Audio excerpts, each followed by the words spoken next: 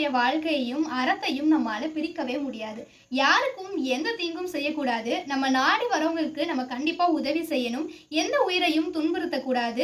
தர்மத்தின் வழியில நடக்கணும். இது எல்லாமே தமிழர்களுடைய அடிப்படையான அறம்.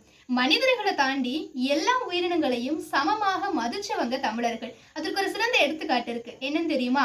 தமிழர்களுடைய 32 அறங்கள்ல தீண்டு குச்சி கல் நடுதல் அப்படிங்கறதும் ஒரு அறம். அது என்ன தீண்டு குச்சி கல் அப்படின்னா, பொதுவா கால்நடைகளுக்கு உடல்ல அரிப்பு ஏற்படும் போது மரத்திலேயோ இல்ல சுவர்லயோ அது உரசி தன்னோட அரிப்பை தீர்த்துக்கும். அப்படி செய்யும் போது மரங்களுக்கும் அதே சமயம் கால்நடைகளுக்கும் எந்த பாதிப்பும் ஏற்படக்கூடாது அப்படிங்கிறதுக்காக தமிழர்கள் இந்த தீண்டு குச்சி கல்லை நட்டு வச்சிருக்காங்க. இந்த கல்லுல ஆடு மாடுகள் மேய்ஞ்சிட்டு வந்து தன்னுடைய அரிப்பை உராசி சரி செஞ்சுக்கும்.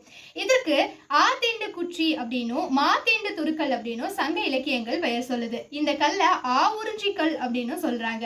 தொல்காப்பியத்திலையும் இதற்கான குறிப்புகள் இருக்கு.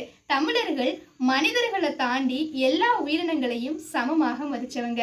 பிறப்புக்கும் எல்லா உயிருக்கும் என்ற வள்ளுவனின் வாக்குப்படி வாழ்ந்தவர்கள்.